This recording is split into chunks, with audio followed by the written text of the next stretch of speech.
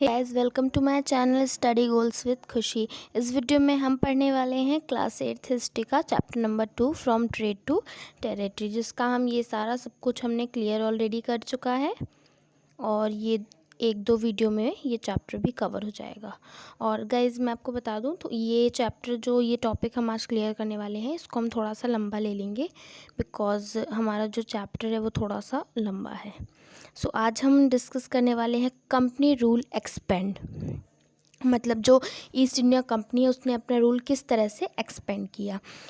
If we analyse the process of annexation of Indian states by the East India Company from 1757 to 1857, अगर हम देखें जो एनसेशन है, ठीक है, मतलब एनसेशन का मतलब होता है कि जो ईस्ट इंडिया की स्टेट है किस तरह से उन्होंने कब्ज़ा करना शुरू किया। मतलब कि जो एनसेशन मतलब हम बोल सकते हैं सीधे सीधा जो कब्ज़ा, मतलब हमारे, क्योंकि हमें पता है कि जो ब्रिटिश थे वह हमारे देश में क्या ट्रेड करने आए थे, बट धीरे धीरे उन्होंने जब देखा तो धीरे धीरे उन्होंने सब में कब्ज़ा कर लिया। तो जिस तरह से उन्होंने हमारे इंडियन स्टेट पे कब्ज़ा किया 1757 से लेके 1857 तक, उन्होंने ऑलमोस्ट हमारे इंडिया के बहुत से ऐसे पार्ट थे जिसमें उन्होंने कब्ज़ा कर रखा था। Certain key aspects emerged. The company really launched a direct military attack on an unknown territory. Instead, it used a variety of political, economical, and diplomatic methods to extend the influence between ensuing and Indian kingdom. ठीक है, अब क्या होता था कि जो British थे है ना, उनको मतलब कि कोई भी उनको कोई भी मतलब ये ज़रूरत नहीं पड़ती थी सब जगह अटैक वगैरह करने की, कोई भी ज़रूरत नहीं पड़ती थी बिकॉज कहीं बहुत सारी स्टेट पे तो ऐसा होता था वो अपना पॉलिटिकल, इकोनॉमिकल एंड डेवलपिंग के मतलब पावर से वह लोग जो अपने टेरिटरी, मतलब टेरिटरी को वो क्या कर लिया करते थे, कब्जे में कर लिया करते थे, हर राज्य को कब्जे में कर लिया करते थे। इसीलिए बहुत कम जगह पे उन्होंने अटैक करना, मतलब उन्हें अटैक करना पड़ता था और बहुत सारी जगहों पे वो अपने economic and political developing method से ही अपने किंगडम को ले लिया करते थे। After the battle of Buxar 1764, it is important that battle of Buxar जो कि 1764 में हुआ था, उसके बाद जो कंपनी थी उसने क्या है, रेसिडेंट्स को अपॉइंट करना शुरू कर दिया इंडियन स्टेट में। रेसिडेंट हम कह सकते हैं लाइक देखो, जो कि एक राजा होता है लाइक, है ना, तो उनके यहाँ का भी कोई ऐसा हेड टाइप का होगा, है ना, तो ज़रूरी तो नहीं कि हर हेड हर जगह ही हो ना, है ना, इसलिए वे अपने क्या किया करते थे, वे अपने रेसिडेंट्स बैठा दिया करते थे, मतलब अपने आदमी बैठा दिया करते थे बहुत सारे इंडियन स्टेट पे। लाइक उनका ये दबदबा बना रहा है कि हाँ इस चीज़ पे जो कंपनी है उस पर क्या किया है, उसने राज्य किया है यहाँ पे, like this. Then they were political or commercial agents and their jobs was to serve and further the interest of the company. अब क्या हुआ करता था, कुछ ऐसे पॉलिटिकल एजेंट्स और कमर्शियल एजेंट्स भी रहा करते थे, है ना, जिनको क्या है जॉब्स मिलती थी, प्लस उन्हें क्या है उस कंपनी पे आने में इंटरेस्ट भी मिलता था। बहुत सारे लोग इस तरह से, मतलब जो कंपनी है वह अपने इंटरेस्ट को बांटती थी कि हमारे यहाँ पे आओगे तो हम तुम्हें इतने में जो है टैक्स वगैरह का करेंगे, उसे पे करेंगे, like this type of. Through the residents, the company officials began to interfering in the interior affairs of Indian state. अब क्या होता था कि जो भी रेसिडेंट्स कंपनी के ऑफिशियल जो बैठाते थे, है ना, वो क्या करते थे, अपने बहुत सारे स्टेट्स में क्या करते थे, वे अपना इंटरनल अफेयर करते थे। लाइक उनके बहुत सारे, लाइक कोई भी है नवाब से, लाइक, है ना, वो अपना कुछ भी काम करना चाह रहे हैं ना, तो बीच में ही जो कंपनी के लोग या कंपनी के ऑफिशियल्स हैं वो अपना कब्जा जमा कर बोलते थे कि नहीं ये सब हम डिसाइड करेंगे, आप कौन होते हैं, like this type of. They tried to decide who was to be a successor to the throne and who was to be appointed in administrative posts. Sometimes the company forced the state into a subsidiary alliance. It is very very important that what is subsidiary alliance. आपके exam में भी ये question पूछा जा सकता है। अब they tried to decide, वह क्या है, जो कंपनी थी, है ना, वही डिसाइड करती थी कि आगे का जो सक्सेसर टू द थ्रोन होता है, कि आगे का जो किंग है वो कौन बनेगा। लाइक अगर एक किंग है ना, उन्हें कहीं पे भी दूसरी जगह अगर ट्रांसफ़र कर दिया जाता है तो वहाँ उस राज्य का किंग कौन बनेगा, तो ये सब ऑलरेडी कंपनी डिसाइड करती थी और इन सब को डिसाइड करने का वह किसी को भी अधिकार नहीं देती थी। और या फिर हम बोल सकते हैं कि बहुत सारी एडमिनिस्ट्रेटिव जितने भी पोस्ट हैं वहाँ पे कौन बैठेगा, लाइक दिस। और कुछ सम टाइम ऐसा भी हुआ करता था कि जो कंपनी है ना वह स्टेट्स को फोर्स किया करती थी, लाइक टैक्स के मामले में फोर्स करती थी, है ना, जितने भी उनके रेवेन्यू है, क्योंकि वो कुल मिला के वो ये चाहती थी कि उनका अच्छी तरह से जितना भी उनका व्यापार चले, लाइक दिस।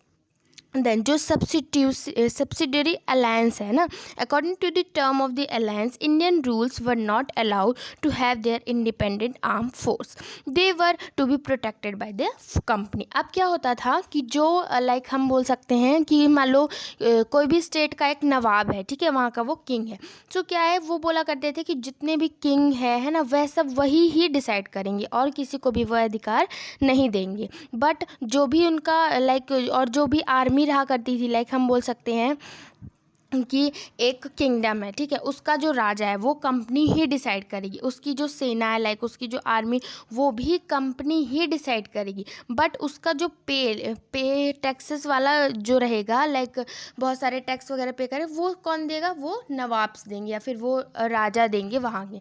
तो ये तो बहुत ज़्यादा गलत हो जाता था किंग्स के साथ, तो इस तरह से कंपनी चाहती थी, but had to pay for the subsidiary forces that the company was supposed to maintain for a purpose of this protection। अब क्या होता था कि जो सब्सिडरी फोर्सेस हुआ करती थी, मतलब हम बोल सकते हैं बहुत सारी आर्मी की फोर्सेस, तो कंपनी क्या करती थी, उन सबको मेंटेन करके अपना प्रोटेक्शन ज़्यादा देखती थी कि हमारा फ़ायदा किस में है, हम कितने प्रोटेक्शन में है, कितने सेफ में है, इन सब के बारे में। If the Indian rulers failed to make the payment, then part of their territory was taken away as penalty। अब क्या हुआ करता था कि लाइक जो अगर जो इंडियन रूल्स हैं, ठीक है, मतलब जो हमारे पहले के इंडियन रूल्स हैं, उनके जितने भी जो मिनिस्टर से मान लो वो अगर पेमेंट करने में फेल हो जाया करते थे, तो जितने भी टेरिटरी के पार्ट है ना, जितने भी राज्य उनकी जितने पार्ट है, वे क्या एक पेनल्टी ले लिया करते थे। हम एग्जांपल ले सकते हैं, इसमें एक गवर्नर जनरल का बताया गया है जिसका नाम है रिजिड वेल्सली हम बोल सकते हैं, ये एक गवर्नर जनरल था, इट इज़ इम्पॉर्टेंट। तो ये कब का गवर्नर जनरल था, इसने 1798 से लेके 1805 तक अपना रूल किया। The nawab of Awadh was forced to give over half of his territory to the company in 1801 as he failed to pay for the subsidiary forces. Hyderabad was also forced to get territory on similar grounds। अब क्या होता था, यहाँ पे एक British man की बात बताई गई है, रिजिड वेल्सली। ये जो रिजिड था है ना, ये गवर्नर जनरल था, तो इसने क्या किया था, जितने भी अवध के जो नवाब थे ना, उन्हें ये क्या उनका आधा जो राज्य था, उनका आधी जो टेरिटरी, आधा राज्य था, उसने क्या किया था, हड़प लिया था। और कब हड़पा था, 1801 में। एज ही फेल टू पे, है ना, और क्या किया था उन्होंने, जो सब्सिडरी फोर्सेस थी उसे वो पे करने में फेल भी हुआ था। और जो हैदराबाद थी ना, उसे उनका भी टेरिटरी लेने का उसने बहुत ज़्यादा कोशिश किया, मतलब बहुत ज़्यादा हड़पने का उसने प्रयास किया। देन गाइज हम नेक्स्ट टॉपिक में आ गए हैं जिसका नाम है Tipu Sultan the tiger of Mysore. इसके बारे में हम टीपू सुल्तान के बारे में कुछ देखेंगे जो कि मैसूर के टाइगर कहलाते हैं। The company resort to directly military confrontation when it saw a threat to its political or economic interest. Then this can be illustrated with the case of the southern Indian state by मसूर।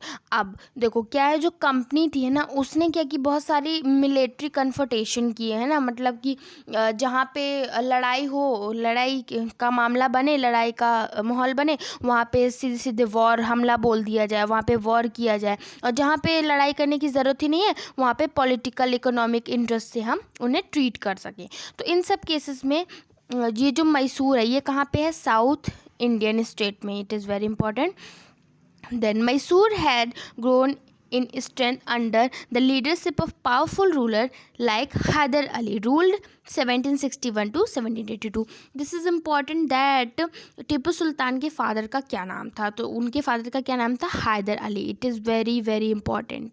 Okay, जो मैसूर था वो आखिर कैसे grown हुआ है ना, क्योंकि यहाँ पे एक पावरफुल रूलर की बात की जिसका नाम है हैदर अली। इनकी लीडरशिप की वजह से मैसूर का बहुत बड़ा नाम हुआ। मतलब भले ये छोटा सा एक स्टेट था बट इसका बहुत ज़्यादा नाम हुआ बिकॉज यहाँ के जो इतने पावरफुल रूलर्स थे, है ना। तो जो हैदर अली था उन्होंने कब से कब तक रूल किया था, 1761 से 1782 तक। And he is famous son of Tipu Sultan. और उनका जो बेटा था, मतलब उनके बेटे, उनका नाम क्या था, टिपू सुल्तान था। Ruled 1782 to 1799। अब जो टिपू सुल्तान था उन्होंने कब से कब तक रूल किया, 1782 से 1799 तक। Then Mysore controlled the profitable trade of a Malabar coast where the company purchased pepper and cardamom. अब जो मैसूर था, है ना, उन्हें कैसे, उनका वहाँ पे भी देखो मैसूर का भी एक ट्रेड था, है ना। तो उन्हें कैसे ट्रेड मिल रहा था, प्रॉफिटेबल ट्रेड मिल रहा था उन्हें, है ना। किस तरह से मिल रहा था, मतलब जितने भी मालाबार से, है ना, तो जो कंपनी है ना वो क्या परचेस करती थी, पेपर्स एंड कर्डमम, मतलब जो इलायची है और जो पेपर, उन मतलब इन सबको जो कंपनी वो परचेस करती थी स्पाइसेस के रूप में।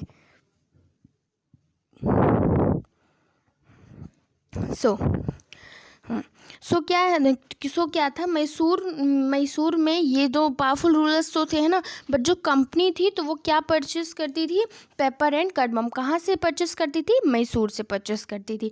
इन 1785 Tipu Sultan stop the export of sandalwood, pepper and cardamom through the ports of his kingdom and disallowed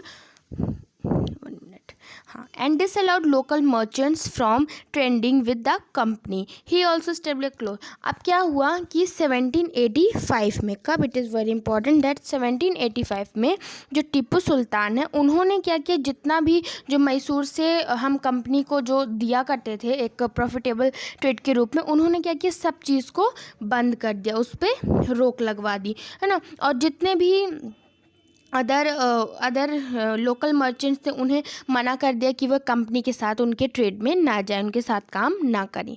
he also established a close, ये देखिए आप, ये देख सकते हैं, ये ब्रिटिश मैन है, कितने ख़राब लोग थे ये। सो 1 minute. He also established a close relationship with French in India. ठीक है, अब क्या था कि जो मैसूर है उनके वो फ्रेंच के साथ भी एक रिलेशनशिप रखते थे। The modernized in his army with the their help, है ना, मतलब वो कोई भी अगर लड़ाई वगैरह होती थी तो जो फ्रेंच है ना वह इनकी आर्मी पहुंचाने में, सब में थोड़ा सा मदद करते थे।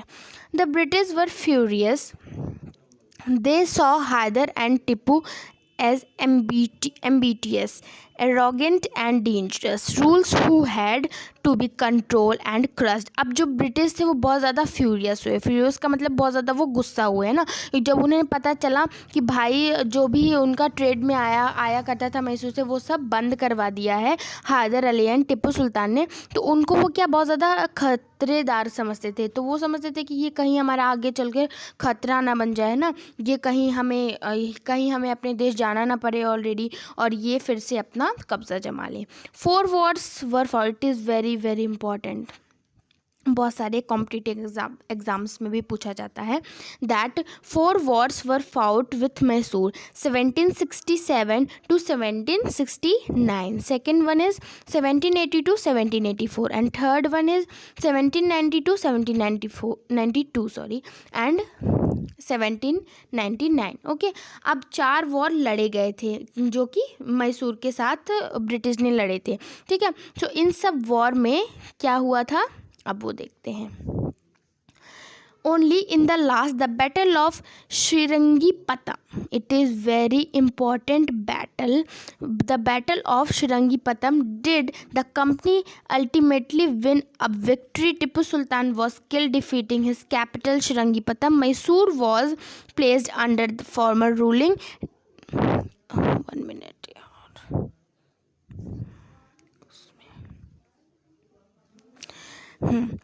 former ruling dynasty of the Wodeyars, and a subsidiary alliance was imposed on the state. It is very important topic. Very very important, आपको बहुत अच्छे से इसे देखना है। देखो जब 4 ये जो थे ये वॉर लड़ चुके थे, ठीक है। सो जो लास्ट वॉर था जो कि था बैटल ऑफ श्रृंगीपटम, इसमें क्या है, देखो ऑलरेडी जितने भी वॉर्स थे वो मैसूर के लोग जीत चुके थे, है ना। बट जब जो लास्ट बैटल था, है ना, तो कंपनी ऑलरेडी विन कर चुकी थी। बट जब भी जो भी उनका पावर बचा था टीपू सुल्तान का, उन्होंने बहुत अच्छे से लड़ाई की, बट लास्ट में वो मारे गए। कौन से बैटल में मारे गए थे? वो श्रृंगीपटम बैटल में। अब जो मैसूर था उस पे भी जो जितने भी सब्सिडरी अलायंस के जितने भी कंपनी के ऑफिशियल्स हैं, उन्होंने अपना क्या करना शुरू कर दिया? रूल करना शुरू कर दिया। देन ये आप देख सकते हैं, ये एक टॉय है जो कि टीपू सुल्तान का, दिस वन। और इसके बाद ओके, देन हमारा नेक्स्ट टॉपिक है वॉर्स विद द मराठास। अब जो लड़ाई हुई वो मराठास के साथ कैसे हुई, ठीक है, अब वो देखते हैं। From the late 18th century the company also sought in curb and eventually destroy Maratha power. It is very important that 18th century में जो कंपनी थी, है ना, उन्होंने मराठा पावर को भी क्या कर दिया था? डिस्ट्रॉय, मतलब ख़त्म कर दिया था। With their defeat in the third battle of Panipat in 1761। It is also very important, ये डेट लाइन्स में आता है कि जो पानीपत का जो बैटल था वो कब हुआ था, ठीक है। सो जो पानीपत का बैटल था वो कब हुआ था? 1761 में हुआ था, ठीक है। सो जो 18th century में जो मराठास थे, है ना, उन्होंने भी जो ईस्ट इंडिया कंपनी है उन्होंने मराठास को भी डिस्ट्रॉय कर दिया। तो जो तीसरा बैटल हुआ था जो कि 1761 में हुआ था, उनमें क्या हुआ था? The Maratha dream of ruling from Delhi was settled. अब मराठास ने ये सोचा कि वह दिल्ली पे भी अपना रूल करेंगे, है ना, लाइक दिस। देन उन्होंने क्या किया? बहुत सारे स्टेट्स को डिवाइड कर दिया डिफरेंट पार्ट्स में। Chief sardars belonging a dynasties such as Scindia, Holkar and Gaekwad and Bhonsle, ठीक है। अब किया क्या कि जब मराठास ने सोचा कि हम स्टेट्स को बहुत सारे पार्ट्स में डिवाइड कर देंगे, तो ये कुछ स्टेट्स हैं उन्होंने इस पे डिवाइड किया था। Then these chiefs were held these chiefs were held together in confederacy under a Peshwa principal minister who became its effective military and administrative head based in Pune। अब हुआ क्या कि जितने भी उनके चीफ थे, ठीक है, जो कि हम इन्हें कन्फेडरेसी कह सकते हैं, मतलब जो पेशवा थे, सबसे अच्छी भाषा में हम जा सकते हैं, जो पेशवा थे, ठीक है। बिकॉज हमने सुना ना मराठास में बहुत ज़्यादा पेशवा वगैरह ये सब चलता, तो मतलब पेशवा का मतलब है वो एक ऐसा प्रिंसिपल और मिनिस्टर रहता है जो कि वहाँ की मिलिट्री का सब कुछ एडमिनिस्ट्रेशन कैसे क्या चल रहा है सब कुछ, है ना, वो सब देखता है ना, जो कि पुणे में है। Mahadji Scindia and Nana Phadnis were two famous Maratha soldiers and statesman of the late 18th century। अब ये जो दो नाम हैं, this one and this one, okay, so ये बहुत ज़्यादा फेमस नेम है, जो कि दो सिपाही थे मराठास के, जिन्होंने बहुत ज़्यादा मतलब वॉर में इनका नाम है। उसके बाद the Maratha were subsidize in a series of war. अब जो मराठास है, अब वो उन्होंने कैसे कैसे वॉर लड़े, कब कब लड़े, अब हम वो देखते हैं। इन फर्स्ट वॉर, उनका जो पहला वॉर था जो कि ख़त्म हुआ था 1782 में, with the treaty of Salbai there was no clear victor. अब क्या हुआ था कि उनका जो पहला वॉर कब एंडेड हुआ था 1782 में, जो कि था ट्रीटी ऑफ सालबाई, है ना। यहाँ पे कोई भी ऐसा विक्टर नहीं था। The second one is what it is Anglo Maratha war, okay, जो कि 1803 में चला और 1805 में इसका एंड हुआ। Was fought on different fronts, ठीक है। ये बहुत सारे मराठास ने फाउट किया, मतलब वॉर को लड़ा, किसके साथ लड़ा? East India company, British company के साथ। resulting in the British gaining Orissa and the territories north of the Yamuna river including Agra and Delhi. अब इसका रिजल्ट ये हुआ कि फिर से ब्रिटिश को उड़ीसा को भी उन्होंने अपने कब्जे में ले लिया।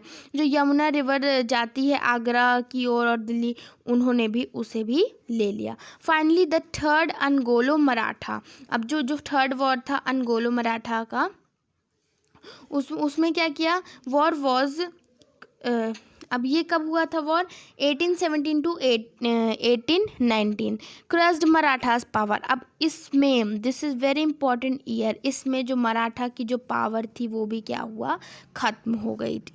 ठीक है, यहाँ पे लिखा है ना क्रस्ड मराठास पावर।